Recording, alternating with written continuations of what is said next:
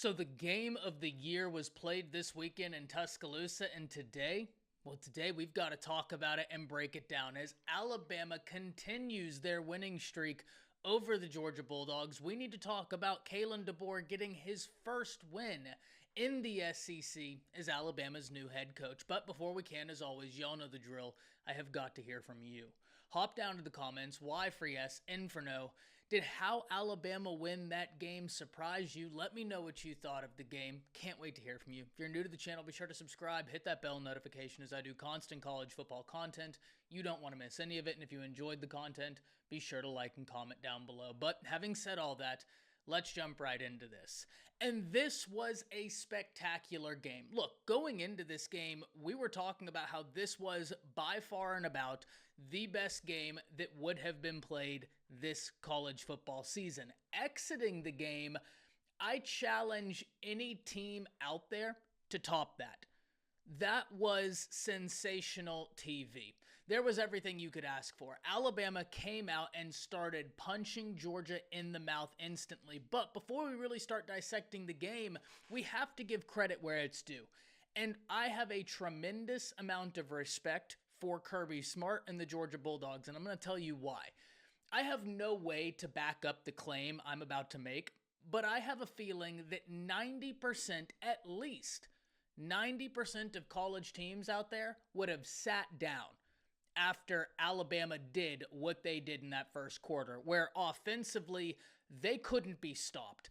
Georgia's defense was so confused, they had no idea what was going on. Jalen Milroe was on fire. He was hitting short passes, intermediate passes, deep passes. They would blitz. The one time they got a free rusher on a blitz, he made a little move, then ran for a first down. The designed runs were not being stopped. The jet sweeps weren't being stopped. Georgia had no answer.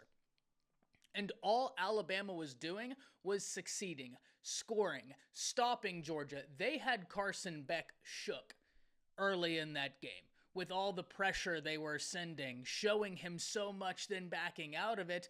Carson Beck during this game threw 3 interceptions, had a fumble, but there were 3 other passes that genuinely hit Alabama defenders in the hands, and they just didn't come down with it.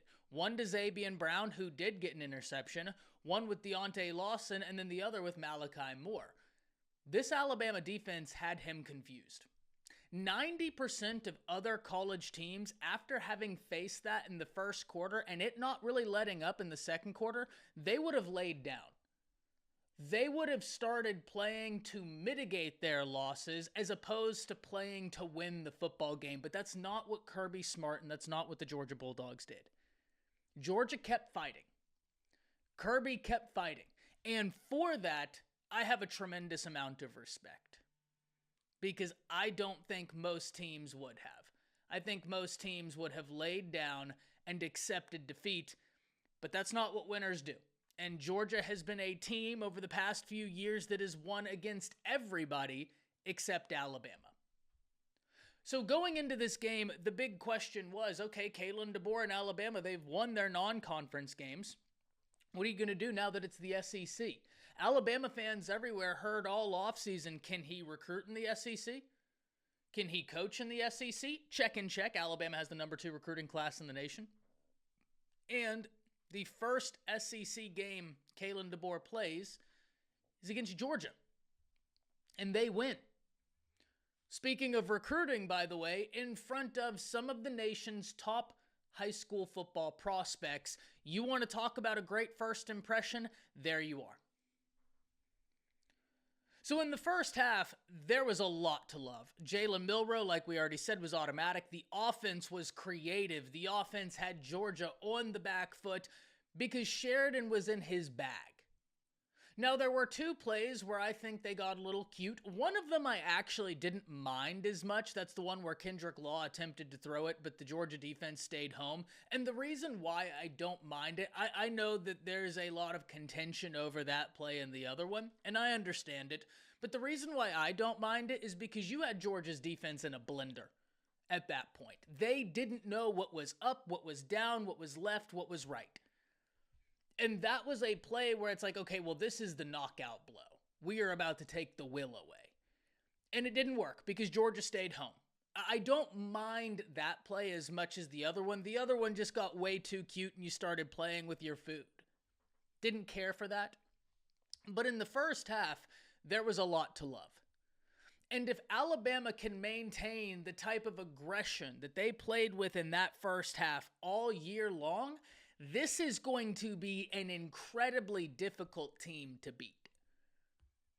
Because when you look, they have talent at running back that even though those guys weren't featured as much as I thought they would be, that's one of the areas I was wrong about this game.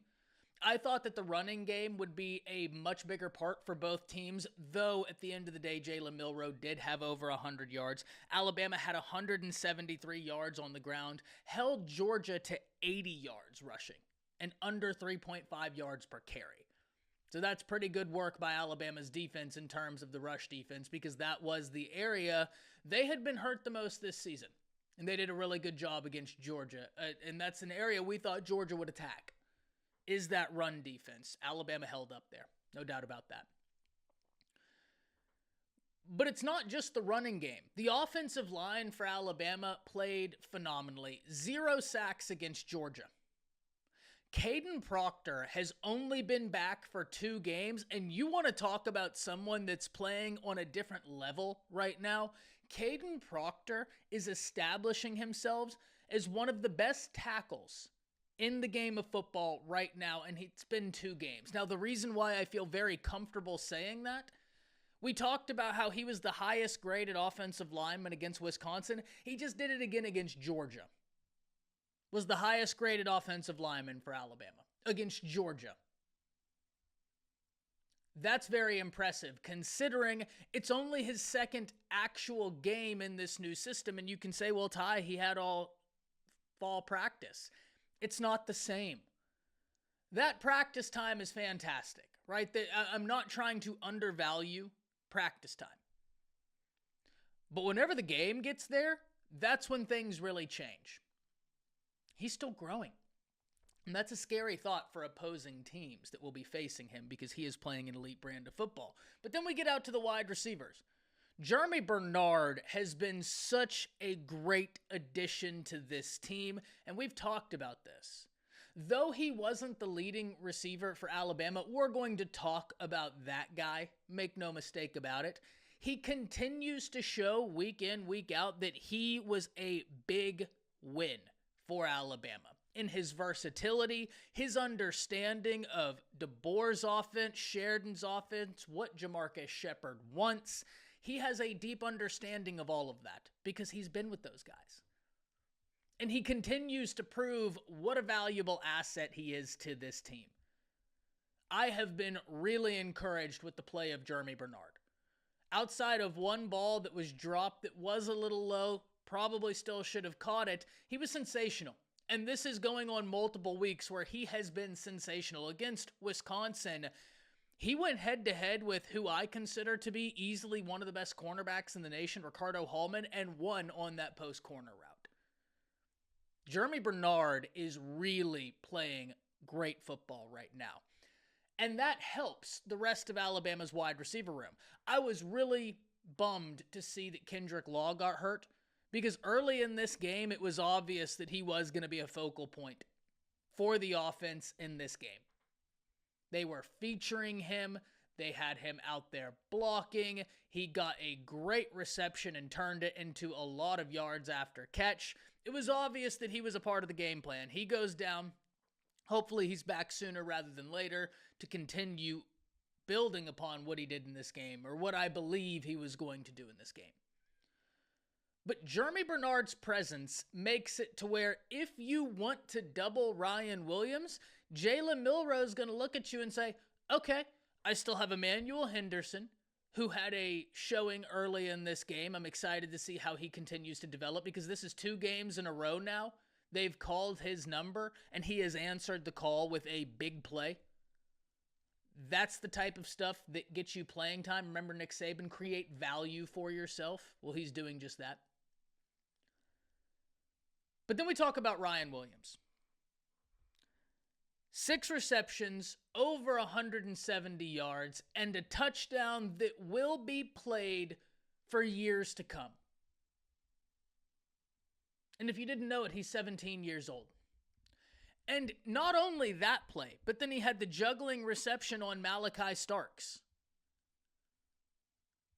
This young man is coming in and is already one of the best players in college football, and he should be a senior in high school right now. I think there's a real principled argument that he might be the best wide receiver in the SEC. Why do I say that? Name me another wide receiver in the SEC that at 17 years old would be doing what he's doing. Give me that name. And I say that fully acknowledging that the SEC is full of great wide receivers. No shortage of them. I contend that. Luther Burden's a monster. I love Luther Burden. We talked about him all offseason. Ryan Williams right now is doing insane things. And he's getting better and better and better as the year goes on. So there was a lot to love about this game. But the reason why I think this game is so positive for Alabama is because as much as there was to love, there's a lot that needs to be corrected. You look in that second half, and Alabama started coaching the game to not lose as opposed to coaching to win. The creativity on offense got dialed back a bit. That led to the defense being on the field and being exhausted because this Georgia offense just kept testing them deep again and again and again and again. Carson Beck finished the day 27 of 50 for a 54% completion percentage, 439 yards, 3 touchdowns, 3 interceptions. That's probably more yards than I think anybody had him getting on Alabama's secondary. And the good news for Alabama's secondary is they showed their youth, but they also showed their growth in this game. For instance, Jalen Mbakwe gave up a reception where Carson Beck threw it back shoulder. Zabian Brown also gave one up where it was a back shoulder throw and they were kind of over top. Didn't take long before Mbakwe had a beautiful pass breakup where he played it phenomenally. And then Zabian Brown and Womack made an adjustment on the fly, saying, okay, Carson Beck keeps going back shoulder. Let's sit on that. Interception to seal the game. That's a freshman. That's what's terrifying about Alabama right now, ladies and gentlemen, is the amount of true freshmen out there contributing and showing. That last class for the Tide, they're different. And in fairness, that freshman class across college football is different. I mean, I could do a 20, 30-minute video just on those guys alone. These freshmen are incredible. Jalen Milroe finishes the game 27 of 33, 81.8% completion percentage against one of the best defenses in college football. 374 yards on the ground, over 374 yards through the air. Over 100 more on the ground. Can you imagine if he would have rushed for 374 yards? We'd be having an entirely different story today. But 374 yards through the air, over 100 yards on the ground, averaged 11.3 per reception, 2 touchdowns, 1 interception, and I am once again here asking for us to classify interceptions. That was a ball that should have been caught. I get it. The tight end got hit pretty much as soon as that ball got into his hands. And so it was dislodged, intercepted. I'm not even mad at the tight end. That's a football play. All good. All good. But I also hate that goes on Jalen and his record. Because he hit him in the hands. And had he would have led him, as Shannon Sharp said, that tight end would have been decapitated. So Jalen put it exactly where he needed to keep his tight end safe and get a reception, but a football play happened. All good. But let's really dive into, with the remaining time we have, where Alabama can get better. I talked about it a little bit earlier, that Alabama started coaching not to lose the game as opposed to coaching to win the game. And there is a definite difference there. The creativity on offense, in my opinion, in the second half really started getting dialed back. And yes, Georgia made great adjustments. I'm not shortchanging that. But two things can be true simultaneously, that Georgia made adjustments and Alabama didn't run near the amount of creative concepts that we saw in that first half. I think that goes without saying. Both of those are true. For Alabama, whenever you're playing these SEC games, this was a great learning moment for the Crimson Tide. And the reason why it's so positive is because it came in a game that you ended up winning against a top 5 opponent, and it actually gave Alabama the best win in college football right now. There's a reason why Alabama is number 1. The 2 best wins in college football right now are Alabama beating Georgia. Really, there's a few good wins in college football. I still think that even though Clemson had no semblance of an offense, Georgia down in Clemson early in the season, that's a solid win. Texas going to the big house, even though Michigan has no offense, solid defense, that's a solid win. It was on the road. But there's no question this is the best win in college football. This one stands on a different level. This is a top 5 matchup, and Alabama took it away. So you get that, but you also get all of the learning that comes with this game. Because the coaches can now look and say, okay, where did we go astray as the game went down the line? Okay, can't do that anymore. Teaching moments are interesting to me. Because whenever you have teaching moments, that leads to improvement. Now, the fascinating thing about it is that a teaching moment came in a game where Alabama won against Georgia. You want to talk about the biggest possible splash and entrance into the SEC that Kalen DeBoer could have made? Downing Georgia with an offensive showing that Crimson Tide fans have been hoping for since his name was announced as the guy. Jalen Milroe was phenomenal. He was operating this offense at a level that was just beautiful to watch. And in the first half, that offense was art.